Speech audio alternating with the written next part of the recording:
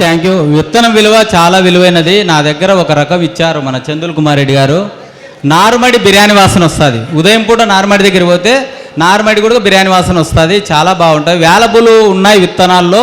అది మనం సంతోషించదగ్గ విషయం. ఏమైనా మనకి ఇంటికి కావాలంటే మంచి వెరైటీని వేసుకోవడం అది మంచిది. తర్వాత సమయం తక్కువ ఉంది కాబట్టి మన మురళీమోహన్ రెడ్డి గారు మాట్లాడవలసిందిగా కోరుతున్నాం. తర్వాత రైతులతో మాట్లాడిస్తాం వారి అనుభవాలు. తక్కువ టైంలో అందరికీ నమస్కారం అండి. నేను ఎక్కువ మాట్లాడను, కొద్దిగానే సూక్ష్మంగా చెప్పి ముగిస్తానండి. నా పేరు మురళి అనేసి నేను చిత్తూరు నుంచి వచ్చినానండి. ముఖ్యంగా మన ప్రకృతి వ్యవసాయం మరియు పర్యావరణం గురించి మాట్లాడతాం అనుకున్నాను. మనం అందరూ ఇక్కడ వచ్చిన రైతులు చాలా వరకు ప్రకృతి వ్యవసాయం చేస్తున్నారు. దాన్ని మార్కెటింగ్ చేసుకునే చాలా ఇబ్బంది పడుతున్నారు.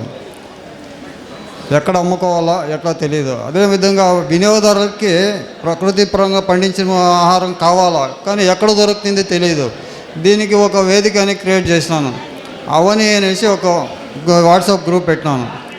అవని అంటే భూమి.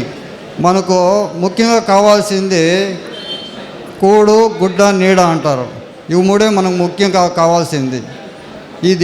ఈ మూడింటిని బేస్ చేసుకొని అవని అనేసి ఆ నామకరణం చేసినామండి. అన్నం వస్త్రం నివాసం అని పెట్టినాం.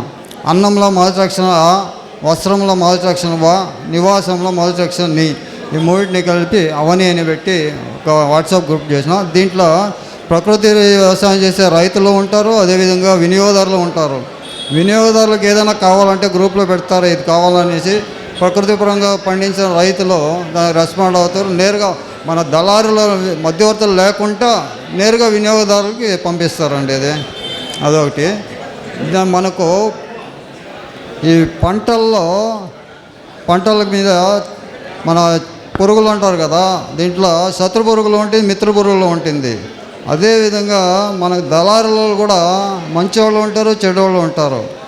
దీనికి మన మంచోళ్ళకే అవకాశం ఇచ్చి చెడ్డవాళ్ళని దూరం పెట్టి మన వ్యవస్థని ముందుకు తీసుకుని బాగుంటుంది అనేసి నేను చేస్తాను. అదే మాది మన ప్రకృతిని పర్యావరణం కాపాడుకోవాలంటే ఈ మనం తినే ఆహారంలో చాలా వరకు కల్తీలు వస్తుంది. ఈ ప్లాస్టిక్ మనం ఎక్కడ పోయినానో ప్లాస్టిక్ సంచులు తీసుకొని పోతాము. ఈ ప్లాస్టిక్ సంచులు తీసుకొని పోయే దానివల్ల మన పర్యావరణం చాలా హాని చేస్తున్నాం. ఆ కాలంలో పూర్వం మీకు అందరికీ తెలిసి ఉండి, చాలామంది తెలుసు, ఇదేం ఆకు అని తెలుసు కదా. ఇలాంటి ఆకుల్లోనే మనం విశ్రాకులు కొట్టుకొని దీంట్లోనే భోజనం చేస్తున్నాము. ఇలాంటి ఆకుల్లో తింటే మనం తినే ఆహారంలో ఏదైనా టాక్సిన్స్ అనేది ఉంటే కూడా తీసేసింది. దీంట్లో ఎన్నో ఔషధ గుణాలు ఉంది. దీంట్లో తింటే ఆరోగ్యం కూడా బాగుంటుందండి. పూర్వంలో ఇలాంటి ఆకుల్లో మన అరటాకుల్లో ఇదే మాదిరి మోదుగాకు వీటిలన్నీ విశ్రాకులు కుట్టుకొని తింటా ఉన్నాం. ఇప్పుడు వచ్చే ఆకులన్నీ ప్లాస్టిక్ కోటింగ్ ఉంటుంది. ఆ ప్లాస్టిక్ కోటింగ్ మీద వేడిగా ఏదైనా వేస్తే ఆ వేడికి ఆ ప్లాస్టిక్ అనేది కరుగుతుంది. సార్ ఒక్క నిమిషం. దయచేసి అందరికీ భోజనాలు ఉన్నాయి. పరమాన్నమందు ఖచ్చితంగా భోజనం చేసి వెళ్ళాలి. దయచేసి అర్థం చేసుకోండి. మీకోసమే అందరికీ భోజనాలు రెడీ చేశాము. మనకు భోజనం చేయండి, ఎవరు వెళ్ళొద్దు. ఒక 2 నిమిషాలు ముగిచ్చేస్తానండి. ఇప్పుడు ఆ వేడిగా ఏదైనా ఆకలి వేస్తే ఆ వేడికి ఈ ప్లాస్టిక్ అనేది కరుగుతుంది. మనకు తెలీదు, చాలా పలసంగా ఉంటుంది ప్లాస్టిక్ అనేది. ఆ వేడికి కరిగి ఆ విషయాన్ని మన ఆహారంలో అట్టే తీసుకుంటాం. దీని నుంచి చాలా వరకు మనకు జబ్బులు వస్తూ ఉంది. దీని నుంచి మనమే ఇప్పుడు ఎవరో వస్తారు, ఏదో చేస్తారు, మారుస్తారు అనేది కాదు. అన్నీ మన చేతుల్లోనే ఉంది. మనం మారాలా. మనం మారితేనే మనం చూసి ఇంకొకరు మారుతారు. ఇదండి, ఇంత ఇంక చేసి ముగిస్తానండి.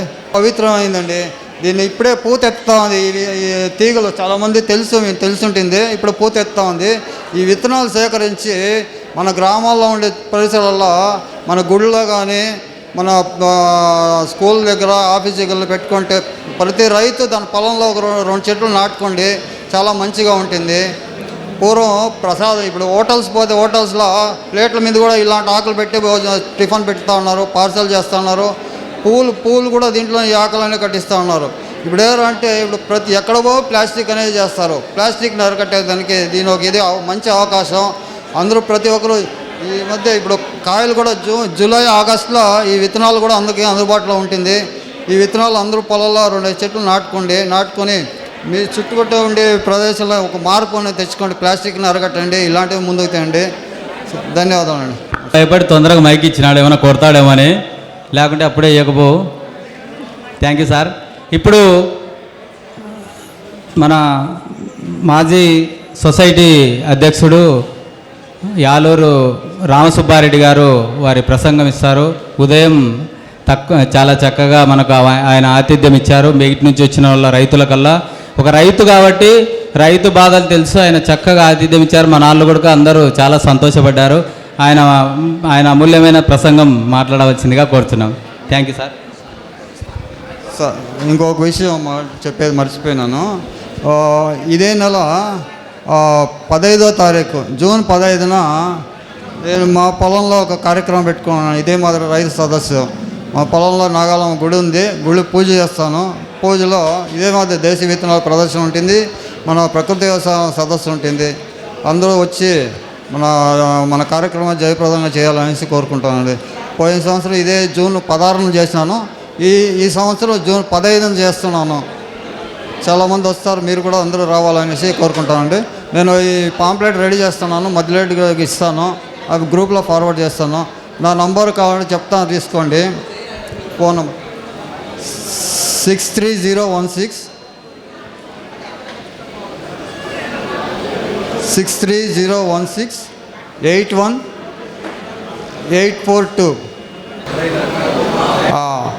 15 రకాలు దేశీ వరి విత్తనాలు ఆ రోజు వితరణ చేస్తున్నామండి. మీరు వస్తే కూడా మీరు కొనుక్కోవచ్చు. మీకు 15 రకాలు ఉంటుంది. మీ ప్రాంతానికి ఏది అనుకూలంగా ఉంటుందో ఆ రకాలు వచ్చి తీసుకోవచ్చండి. అది 15 రకాలు ఉంటుంది, తీసుకోవచ్చండి. నా నంబర్ ఇంకోసారి చెప్తాను, 63016 నాది వాట్సాప్ గ్రూప్ ఉంది. వాట్సాప్ గ్రూప్లో కూడా జాయిన్ కావాలంటే జాయిన్ కావచ్చు. దీంట్లో ప్రకృతి వ్యవసాయం రైతులు ఉంటారు, వినియోగదారులు ఉంటారు. మధ్యవర్తులు లేకుండా వాళ్ళు పండించి నేరుగా వినియోగదారులకు అమ్ముకోవచ్చు అండి. ధన్యవాదాలు. Thank you sir. ప్రతి సంవత్సరము వాళ్ళ పొలంలో ఈ విత్తన మేళా చేస్తాడు. ఆయనకి ధన్యవాదాలు. ఇప్పుడు మరిన్ని అప్డేట్స్ కోసం బ్యాక్ టు రూట్స్ యూట్యూబ్ ఛానల్ని సబ్స్క్రైబ్ చేసుకోండి.